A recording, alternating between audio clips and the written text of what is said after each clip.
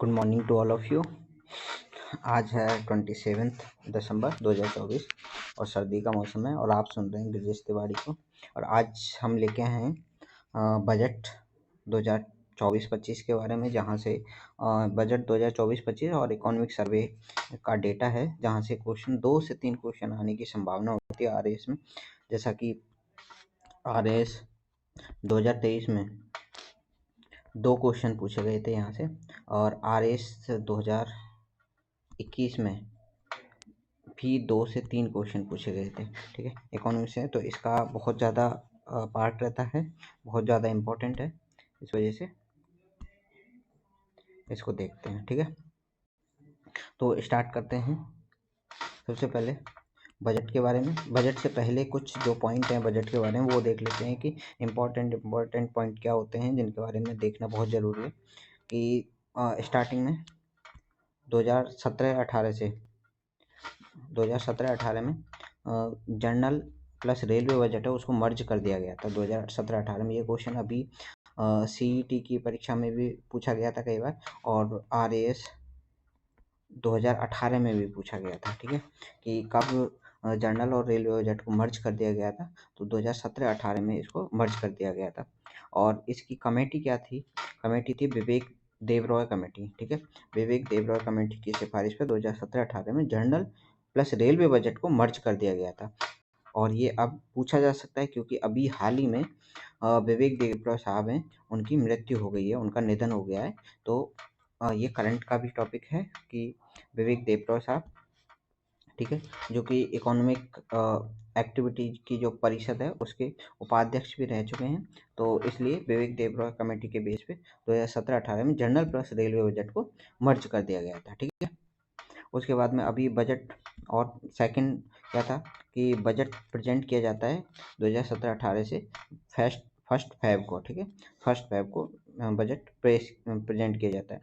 और थर्ड इसमें जनरेट किया गया था कि जो प्लान्ड और नॉन प्लान्ड बजट हैं, ठीक है, एक तो प्लान्ड होता है और एक नॉन प्लान्ड बजट होते हैं, उनको क्या अबॉलिश कर दिया गया था 2017-18 में। ठीक है, ये हो गया।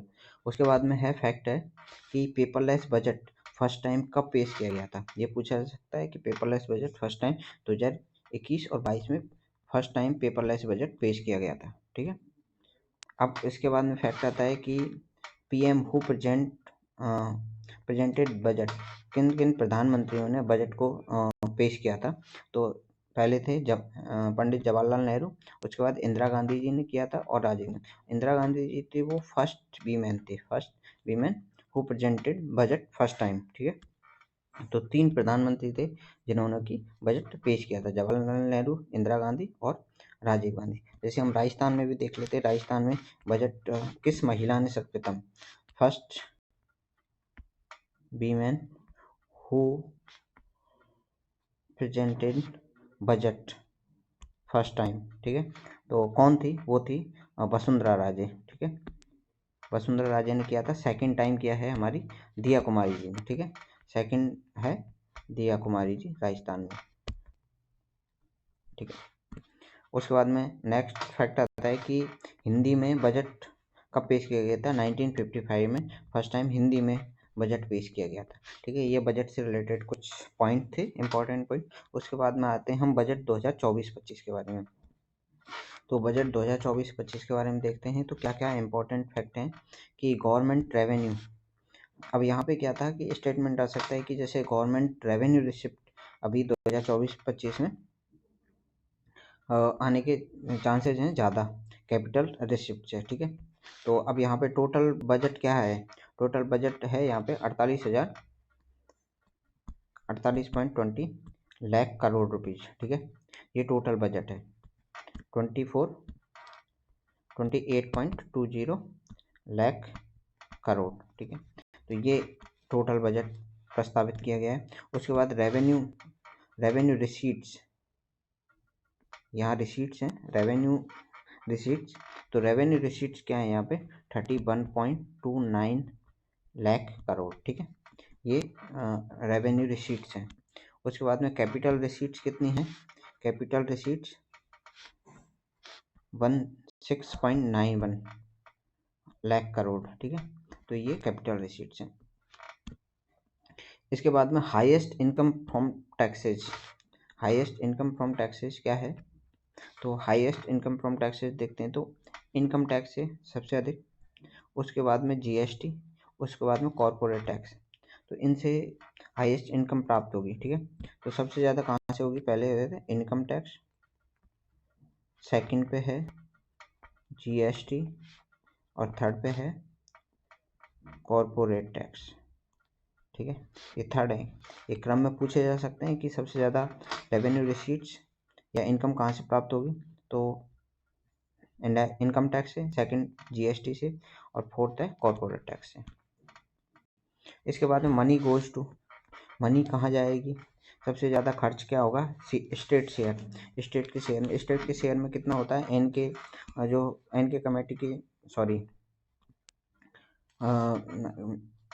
जो स्टेट का शेयर है वो कहाँ पे जाएगा सबसे ज़्यादा? जो हमारे 15 फाइनेंस कमीशन था उसकी रिपोर्ट के हिसाब से 41% तो स्टेट को जाएगा और 1% यूटी है जो अपने जम्मू कश्मीर एंड लद्दाख को। तो 41% जो शेयर जाता है वो कहाँ जाता है? स्टेट के लिए जाता है, ठीक है। तो सबसे ज़्यादा स्टेट शेयर में। और उसके बाद में इंटरेस्ट पेमेंट, जो भी इंटरेस्ट है, जो भी हमने कहीं से बोरो किया उसका इंटरेस्ट जो भी पेमेंट किया जाएगा उसमें जाएगा, ठीक है। तो सबसे ज़्यादा तो स्टेट के शेयर में, उसके बाद इंटरेस्ट पेमेंट में जाएगा। थर्ड है revenue deficit, RD. Revenue deficit कितना रहा? 2023-24 में 2023-24 में 2.6% रहा और 2024-25 में एस्टिमेट है 1.8% रखने का रेवेन्यू और डेफिसिट। आरडी कितना?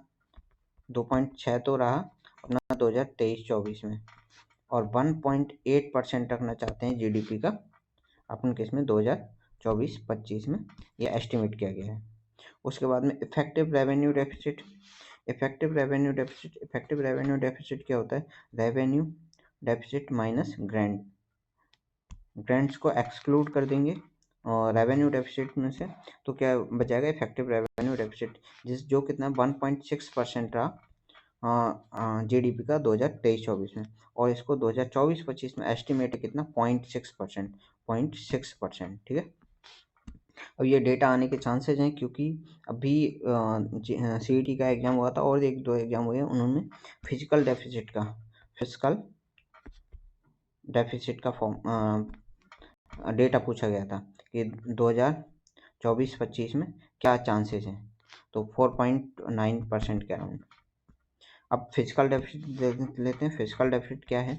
अब यहाँ से 2021 में क्वेश्चन आया था, आरएस 2021 में क्वेश्चन आया था, फिजिकल डेफिसिट का फॉर्मूला पूछा गया था और ये फॉर्मूला 10th की बुक में लिखे हुए हैं, ठीक है। तो अब ये फॉर्मूलाओं को दोबारा देख लेना चाहिए कि क्या क्या फॉर्मूला है। कि फिजिकल डेफिसिट का देखते हैं। Total liabilities of a financial year. एक फाइनेंशियल ईयर चालू होती है 1 अप्रैल, ठीक है, 1 अप्रैल से और 30 मार्च तक। तो इस फाइनेंशियल ईयर में जितनी भी लायबिलिटीज हैं गवर्नमेंट के पास, जितनी भी लायबिलिटीज हैं उन सबको क्या बोलते हैं? फिजिकल डेफिसिट बोल देते हैं। ये फॉर्मूला है एक, ठीक है। सेकंड फॉर्मूला क्या हो जाता है कि total difference between government total expenditure, total government का total expenditure and total receipts, ठीक है, एक्सक्लूडिंग बोरोइंग। जो बोरोइंग्स हैं उनको अपन एक्सक्लूड कर देंगे। यहाँ पे इम्पोर्टेंट यही है कि टोटल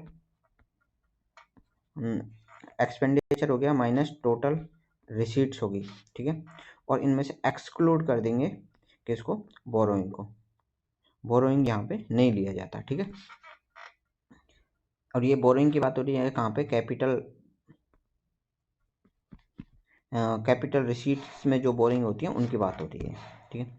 उसके बाद में थर्ड होता है कि revenue expenditure plus capital expenditure minus revenue receipts plus non depth capital receipts.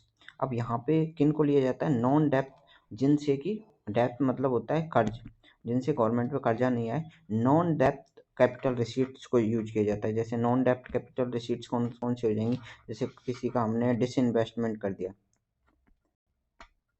किसी कोई भी असेट है हमारे पास, ठीक है, कुछ किसी असेट का हमने डिसइन्वेस्टमेंट कर दिया, तो डिसइन्वेस्टमेंट करने से क्या होगा, जो पैसा आएगा वो गवर्नमेंट के जेब में जाएगा, ठीक है, लेकिन उसे वो पैसा आएगा, उससे कुछ फ़ायदा नहीं हो रहा, कुछ असेट जनरेट नहीं हो रहा, ठीक है, तो उनको लिया जाएगा। यहाँ पे बोरोइंग्स को नहीं लिया जाएगा, जो भी बोरो कर रहे हैं अपन किसी भी इंस्टीट्यूट से उनको नहीं लिया जाएगा, ओनली किसको लिया जाएगा, नॉन डेप्थ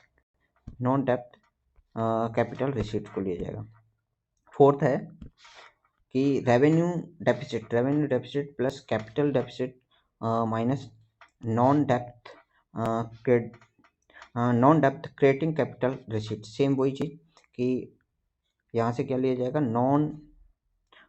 यहाँ पे है कि रेवेन्यू डेफिसिट, यहाँ पे डेफिसिट को यूज किया गया है कि रेवेन्यू डेफिसिट क्या हो जाएगा कि revenue expenditure minus revenue receipts, ठीक है, revenue expenditure minus revenue receipt plus capital expenditure minus capital receipts, ये ले लिया, ठीक है, इन दोनों माइनस नॉन डेप्थ क्रिएटिंग कैपिटल रिसीट, वही जिनसे कि गवर्नमेंट पे कोई भी कर्ज या डेप्थ जनरेट नहीं हो, ठीक है। फोर्थ हो गया budgetary deficit plus total liability, ठीक है, budgetary deficit plus total liabilities, budget deficit कितना हो रहा है प्लस टोटल लायबिलिटीज कितनी हो रही है, इनको मिला के, तो ये फोर्थ फॉर्मूला हो गया। इन पांचों फॉर्मूले से एक क्वेश्चन आने का 2021 में आया था, अब की बार चांसेस हैं फिर से कोई ना कोई फॉर्मूला पूछ सकता है, ठीक है।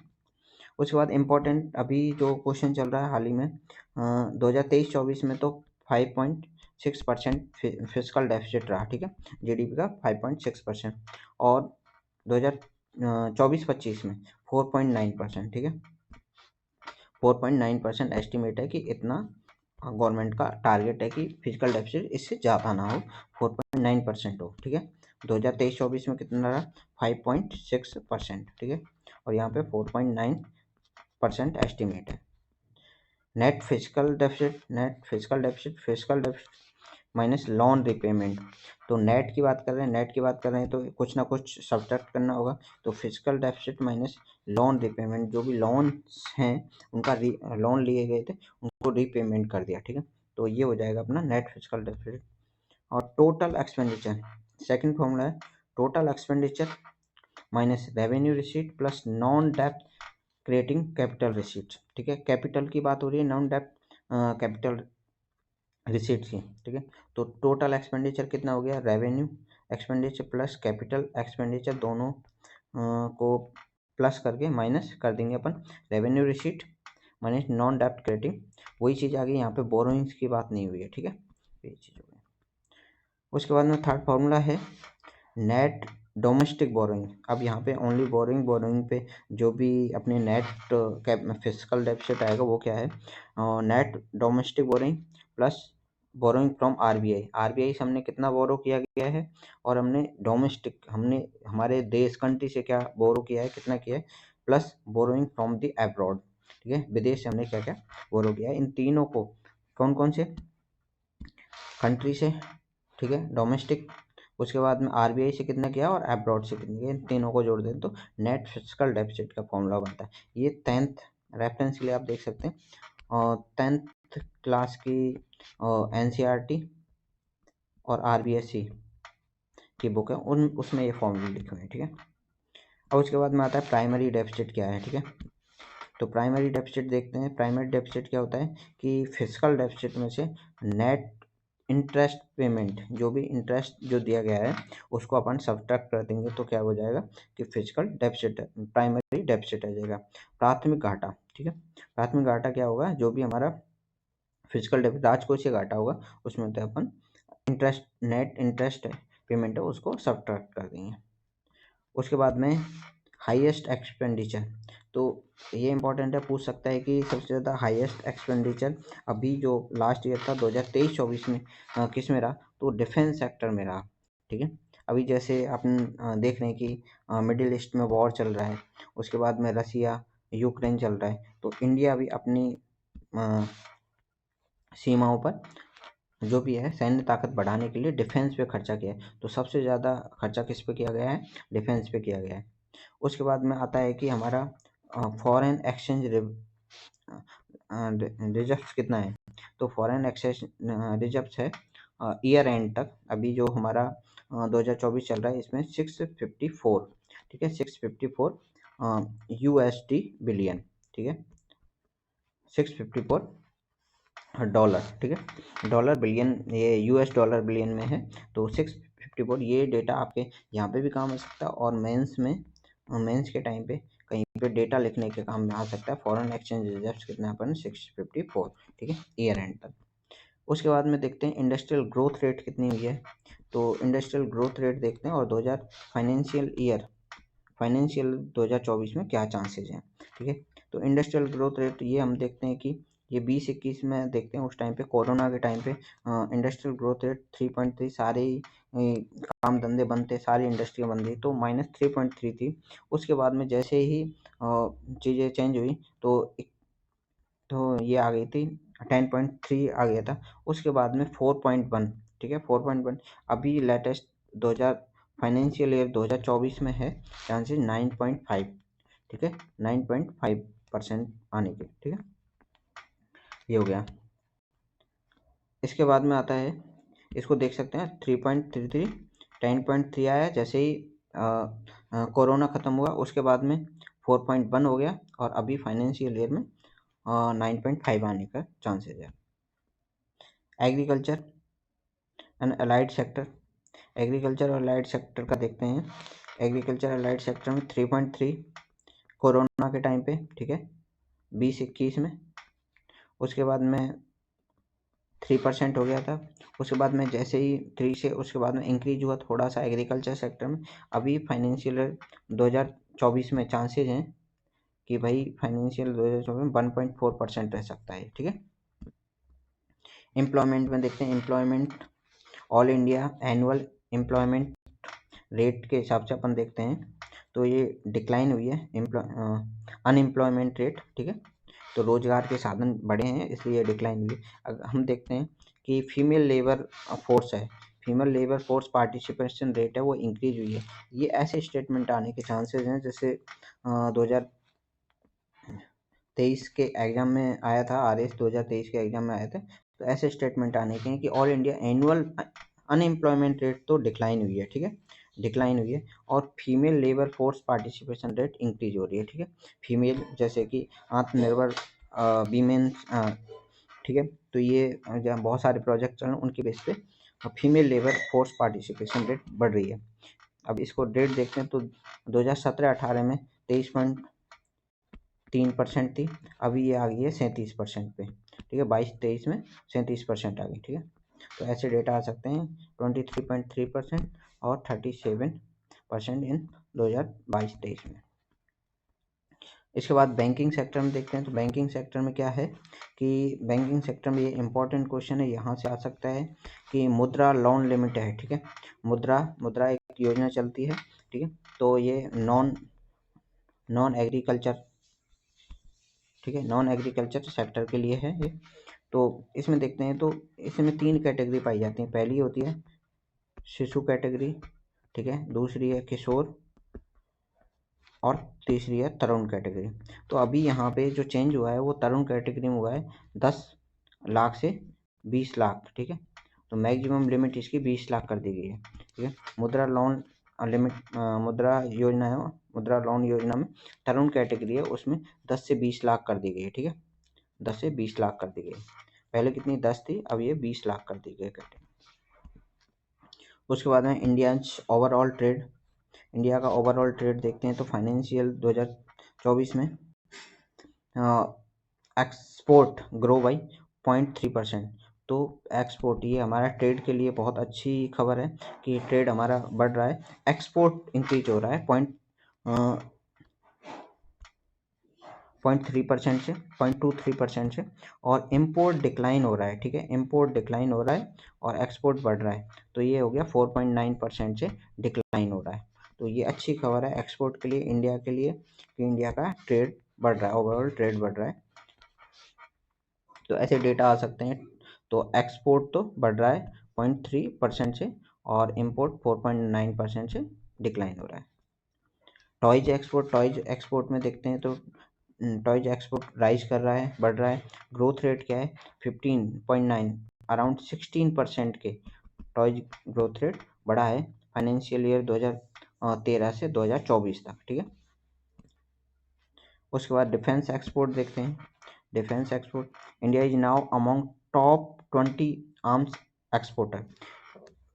तो डिफेंस सेक्टर में ये इंपॉर्टेंट डेटा है यहाँ से भी कि टॉप 20 आर्म एक्सपोर्टर में है इंडिया, ठीक है।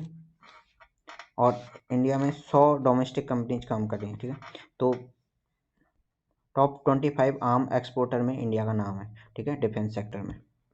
उसके बाद में फुटवियर एक्सपोर्ट में सेकंड नंबर पे, सेकंड लार्जेस्ट फुटवियर प्रोड्यूस उत्पन्न करने में तो सेकंड लार्जेस्ट है इंडिया, और एक्सपोर्ट करने में 9th लार्जेस्ट, ठीक है, ग्लोबल में 9th लार्जेस्ट। तो ऐसे डेटा फुटवियर का है। फुटवियर में सेकंड लार्जेस्ट तो प्रोड्यूसर में और 9th लार्जेस्ट है एक्सपोर्टर में, ठीक है। स्मार्टफोन एक्सपोर्ट का देखते हैं तो 42.2 इंक्रीज इन एक्सपोर्ट, 42.2% इंक्रीज हुआ है एक्सपोर्ट में इंडिया। और smartphone to rank among India top 5 export item में, ठीक है। इंडिया के टॉप 5 एक्सपोर्ट आइटम में स्मार्टफोन आता है। और इंडिया 2022 में 6th लार्जेस्ट एक्सपोर्टर बन गया है। इंडिया 6th लार्जेस्ट एक्सपोर्टर बन गया है, ठीक है। और हाँ, 2014 में 23rd पोजीशन पे था, जो कि 2022 में 6th लार्जेस्ट एक्सपोर्टर बन गया है, ठीक है, स्मार्टफोन के मामले में। तो ऐसे स्मार्टफोन सर्विस सेक्टर से रिलेटेड हैं चीज़ें, ऐसे पूछी जा सकती हैं, ठीक है। तो 6th लार्जेस्ट एक्सपोर्टर इन 2022। India global supply chain participation में इंडिया का ये क्या भागीदारी है। इंडिया 5th नंबर पे आता है। फर्स्ट पे आता है यूएसए, सेकंड पे यूके, थर्ड पे साउथ कोरिया एंड फोर्थ पे Malaysia, and India 5th number global supply chain participation में, ठीक है। तो USA, UK, south Korea, Malaysia and India, ठीक है।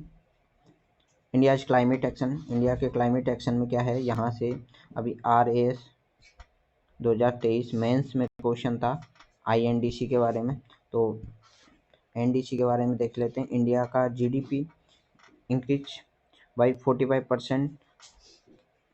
ग्लोबल क्लाइमेट एक्शन में क्या करना है कि इंडिया की GDP को 45% 2023 तक अपने को बढ़ाना है, फ्रॉम लेवल 2005 के लेवल से, ठीक है। तो एक INDC इसको इंडिया ने प्राप्त कर लिया है, ठीक है, इंडिया ने इसको अचीव कर लिया गया है। उसके बाद में सेकंड है cumulative power installed capacity from non fossil fuel based energy, ठीक है। तो ये जो कार्बन युक्त हैं, जैसे कोयला हो गया, इनसे ना बना के हम नॉन फॉसाइल फ्यूल यूज करके एनर्जी प्राप्त करें। 2023 तक हमारा टारगेट है 50%। तो हमने इंडिया ने इन दोनों टारगेट को अचीव कर लिया गया है, ठीक है, NDC में। इसके बाद में है एक दमचोक विलेज है, ठीक है, दमचोक लेह में, ठीक है, जहाँ से सिंधु नदी हमारे एंटर करती है दमचोक लेह में। तो फर्स्ट टैप वाटर जल जीवन मिशन के तहत, जल जीवन मिशन है 2022 में, जल जीवन मिशन के तहत फर्स्ट जो गांव है वो दमचोक विलेज है, जिसने फर्स्ट टैप वाटर प्राप्त किया, ठीक है, दमचोक विलेज लेह में। उसके बाद में कुछ पॉइंट्स हैं, जैसे निष्ठा है। निष्ठा की फुल फॉर्म क्या है और ये किससे रिलेटेड है निष्ठा, ठीक है। निष्ठा इंटीग्रेटेड टीचर ट्रेनिंग प्रोग्राम, ठीक है, इंटीग्रेटेड टीचर ट्रेनिंग प्रोग्राम क्या है निष्ठा। कभी पूछ लिया कि निष्ठा किससे रिलेटेड है, टीचर ट्रेनिंग प्रोग्राम से रिलेटेड है निष्ठा। उसके बाद में ये इसी इकोनॉमिक सर्वे में था विद्यांजलि क्या है, विद्यांजलि है कनेक्ट वॉलेंटियर्स, ठीक है। वॉलेंटियर्स होते हैं स्वयंसेवक जो स्वयं से काम करना चाहते हैं। कनेक्ट वॉलेंटियर्स में क्या, alumni of educational institute servicing and retired teacher directly with school of their choice. तो कौन कौन एलुमनाई को बुलाना चाहते हैं, एजुकेशनल इंस्टीट्यूट के सर्विस सेक्टर के रिटायर्ड टीचर्स हैं, उनको डायरेक्टली स्कूल के साथ में वे अपनी चॉइस से काम कर सकें, उसको गवर्नमेंट ऑफ इंडिया का ये प्रोग्राम है विद्यांजलि, ठीक है। तो स्कूल में अपने इस एजुकेशन स्तर को बढ़ाने के लिए, भामाशाह बनने के लिए और भी चीज़ें स्टार्ट करने के लिए विद्यांजलि प्रोग्राम चलाया गया है, जिसमें एलुमनाई को बुला सकते हैं, सर्विस सेक्टर के टीचर्स, रिटायर्ड जो भी हैं वो अपनी इच्छा से जुड़ सकते हैं। अब एग्रीकल्चर सेक्टर का डेटा देखते हैं। एग्रीकल्चर सेक्टर में देखते हैं तो लाइवलीहुड, अभी ये मेंस से रिलेटेड है एग्रीकल्चर का डेटा, ठीक है। तो लाइवलीहुड 42.3% ऑफ पॉपुलेशन एग्रीकल्चर पे डिपेंड है स्टिल। जब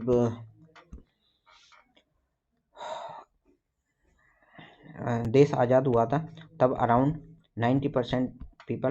90% पॉपुलेशन इस पे एग्रीकल्चर पर डिपेंडेंट थी। अब 42.3% पॉपुलेशन डिपेंड है। जीडीपी में कंट्रीब्यूशन कितना है? जीडीपी में कंट्रीब्यूशन हो गया 18.2% के अराउंड जीडीपी में कंट्रीब्यूशन। अब इसके एलाइड सेक्टर को देख लेते हैं। एलाइड सेक्टर इंक्रीज हुए हैं फ्रॉम 24.38% 2014-15 में जो थी उससे 30.23% ये इंक्रीज हुआ है 22-23 में, ठीक है। तो अराउंड 6% का इंक्रीज किया है, ठीक है।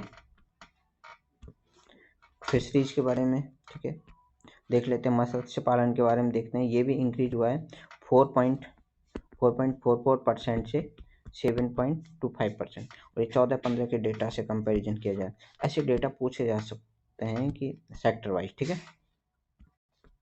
उसके बाद इम्पोर्टेंट है India is second largest cement producer. Cement के प्रोडक्शन में सेकंड लार्जेस्ट है इंडिया, ठीक है। और in the world after China, first number पे चाइना है सीमेंट के प्रोडक्शन में, ठीक है। और फार्मास्यूटिकल में है third largest by volume.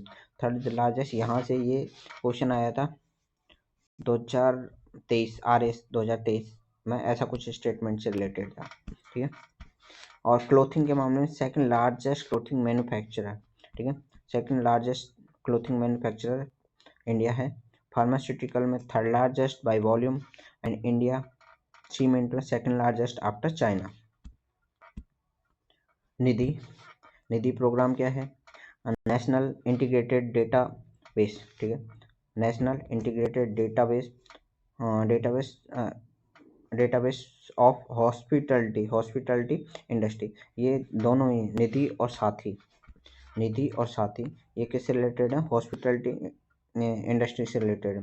National integrated data of hospitality industry, national integrated data base of hospitality industry. उसके बाद में साथी अपना system for assessment awareness training of hospitality industry, ठीक है।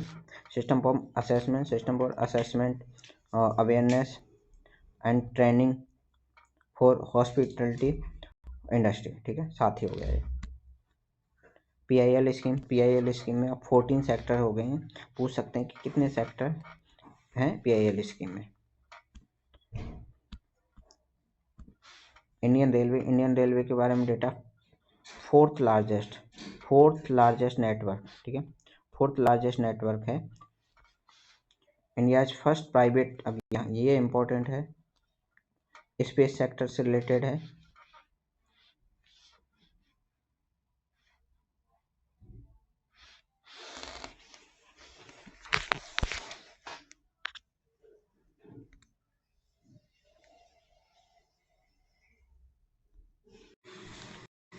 ये है जैसे स्पेस सेक्टर से कि प्राइवेट कंपनी, कौन सी प्राइवेट कंपनी काम कर रही है। तो first private space vehicle launch pad, ठीक है, first private space vehicle launch pad कौन सा है? अग्निकुल कॉस्मोस प्राइवेट लिमिटेड, ठीक है। तो ये पूछा जा सकता है कि India first private space vehicle launch pad कौन सा है, ठीक है। तो कौन सा? अग्निकुल कॉस्मोस। तो थैंक यू फॉर इट। ये आपको कंटेंट अच्छा लग रहा है तो चैनल को लाइक करो, कमेंट करो, सब्सक्राइब करो। और अगर आप चाहते हैं, आपको ये कंटेंट अच्छा लग रहा है, तो स्प्रिंग बोर्ड के जो टेस्ट सीरीज पेपर हैं जिनका सॉल्यूशन नहीं कराया गया है, अगर वो लेके आना है तो आप प्लीज़ कमेंट करें जिससे कि हमें पता चल सके। और thank you. Like share subscribe.